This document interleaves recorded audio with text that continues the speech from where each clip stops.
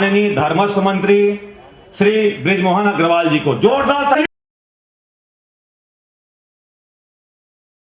लोचन भगवान की, कुलेश्वर महादेव की, त्रिवेणी संगम प्रयागराज राजिम कुंभ की धरती जिसके बारे में कहा जाता है कि ये मां कौशल्या की जन्मभूमि है, प्रभु राम का ननिहाल है, जिसके बारे में कि ये प्रभु राम का वनगमन मार्ग है, यहाँ पर सप्त ऋषियों का आश्रम है और छत्तीसगढ़ के लोगों के लिए राजिम त्रिवेणी संगम प्रयागराज से कम नहीं है। छत्तीसगढ़ के लोग अपने कर्म कांड और अस्थियों का विसर्जन इसी त्रिवेणी संगम में करते हैं।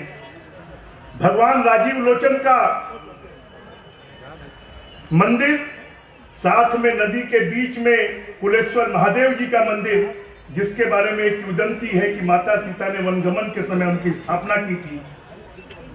यहां से 20 किलोमीटर दूर प्रभु वल्लभाचार्य जी का प्राकट्य स्थल चंपारण, और ऐसे छत्तीसगढ़ की धरती पर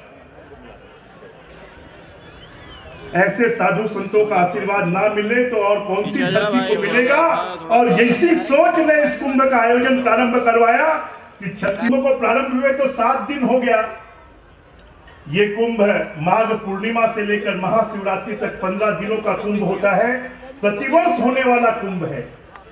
छत्तीसगढ़ में भोले भाले सामान्य और जहां की 32% आबादी आदिवासी बंधुओं की है, 12% आबादी हमारे जनजाति बंधुओं की है, जहां का 52% क्षेत्र जंगलों से घिरा हुआ है।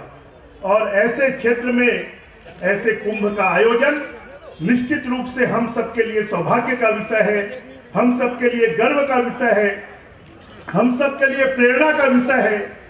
और आज संत समागम की शुरुआत के अवसर पर मैं सभी संत गणों को प्रणाम करता हूं और उनसे ये प्रणय निवेदन करता हूं कि उनका इतना आशीर्वाद मिले कि छत्तीसगढ़ की धरती लहराए, छत्तीसगढ़ में खुशहाली आए और छत्तीसगढ़ के इस कुंभ से पूरा देश और विश्व से प्रेरणा लेकर ऐसे धर्म के आयोजन करें और देश की जनता में सात्विकता आए। यही मैं सभी साधु संतों से प्रार्थना करता हूं कि उनका आशीर्वाद मिले। हमारी एक परंपरा रही है कि जब इस कुंभ की शुरुआत होती है तो इसके उद्घाटन के अवसर पर हमारे विधानसभा अध्यक्ष जी आते हैं, साधु संतगण आते हैं। जब संत समागम की शुरुआत होती है तो परम पूज्य शंकराचार्य जी यहाँ पर उपस्थित होते हैं, परंतु उनका पत्र मिला, उनका आशीर्वाद मिला। उन्होंने अभिमुक्तेश्वरानंद जी को हम सबके बीच में भेजा है आशीर्वाद देने के लिए। मैं उनका स्वागत करता हूं, अभिनंदन करता हूं, उनको प्रणाम करता हूं। हम सबके बीच में शायद पहली बार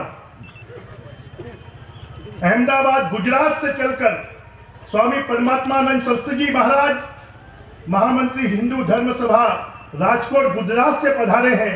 मैं उनका भी स्वागत करता हूं, उनको अभिनंदन करता हूं, प्रणाम करता हूं।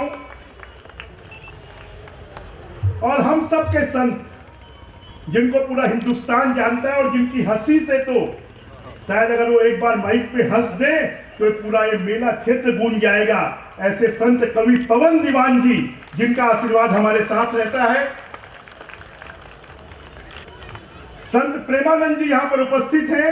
जब हमने इनकी शुरुआत की तो उस समय से आपका मार्गदर्शन कि इस कुंभ को हम कैसे स्वरूप दें, कैसे साधु संतों को आमंत्रित करें, इसके स्वरूप देने में अगर सबसे बड़ा आशीर्वाद और योगदान किसी का है तो महामंडलेश्वर प्रेमानंद जी महाराज का है। उनको भी मैं प्रणाम करता हूं। संत असंग साहेब जी का हमको इस कुंभ की शुरुआत से ही आशीर्वाद मिला और वो हमेशा यहां पर रहकर पूरे छत्तीसगढ़ में कबीर की वाणी को गुंजाते हैं और यहां पर मंच पर वो उपस्थित है। मैं उनको भी बहुत बहुत प्रणाम करता हूं। हम सबके बनारस जाना पड़ता था, काशी जाना पड़ता था, परंतु प्रज्ञा भारती जी ने महानदी पैरी और सोंदूर को लेकर और जहां जहां से नदी प्रवाहित होती है उन सब स्थानों का उल्लेख कर कर आरती तैयार की। और प्रतिवर्ष कुंभ में 7 दिनों तक आरती होती थी पिछले 2 सालों से, परंतु इस वर्ष पूरे 15 दिन उन्होंने आरती का निर्णय लिया और इससे भी छत्तीसगढ़ के लोगों को बहुत पुण्य का भागीदार बनने का अवसर मिला। मैं प्रज्ञा भारती जी को भी प्रणाम करता हूं, उनको प्रणाम निवेदन करता हूं। ब्रह्म कुमारी बहनें, शायद ये एक पूरे देश भर में धर्म का ऐसा मंच है। बाकी कुंभ में तो हमारे लोग अलग अलग मंच लगाते हैं, अलग अलग पंडाल लगाते हैं, परंतु ये हम सबका छत्तीसगढ़ वासियों का सौभाग्य है कि छत्तीसगढ़ के लोग जैसे सीधे सरल हैं, उसी प्रकार से इस मंच पर भी बड़े से बड़े संत महात्मा साधु वो इस मंच पर एक साथ बैठते हैं, एक साथ बैठकर यहाँ पर दर्शन देते हैं, आशीर्वाद देते हैं। ये सबसे बड़ी ताकत इस कुंभ की है। मैं सभी ब्रह्मचारी इंद्र नामोरू जी महाराज, संत परमात्मानंद जी अमरकंटक जी, संस्कृताचार्य राम हेतु गर्ग जी शास्त्री जी और सभी संतगणों को प्रणाम करते हुए आप सबसे यही निवेदन करते हुए कि आप सबका आशीर्वाद मिले। छत्तीसगढ़ में जो एक धर्मांतरण का कुचक्र चलता है, उस कुचक्र को रोक करने में यह कुंभ एक महत्वपूर्ण कड़ी साबित हो और इसके माध्यम से पूरे देश में धर्म ध्वजा पहने, लोगों में धर्म के आचरण करने की प्रेरणा मिले।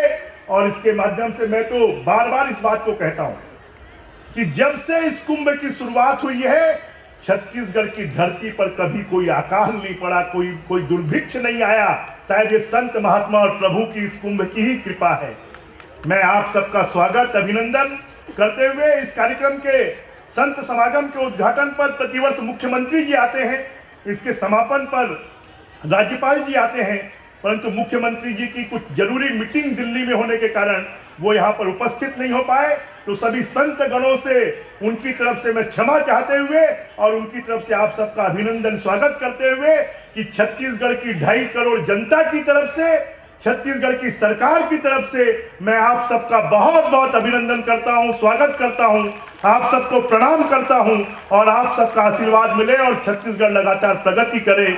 इसी भावना के साथ मैं अपनी वाणी को विराम देता हूं। बोलिए राजीव लोचन भगवान की, कुलेश्वर महादेव की, त्रिवेणी संगम प्रयागराज राजिम कुंभ की। आप सबको बहुत बहुत प्रणाम, बहुत बहुत स्वागत, बहुत बहुत अभिनंदन।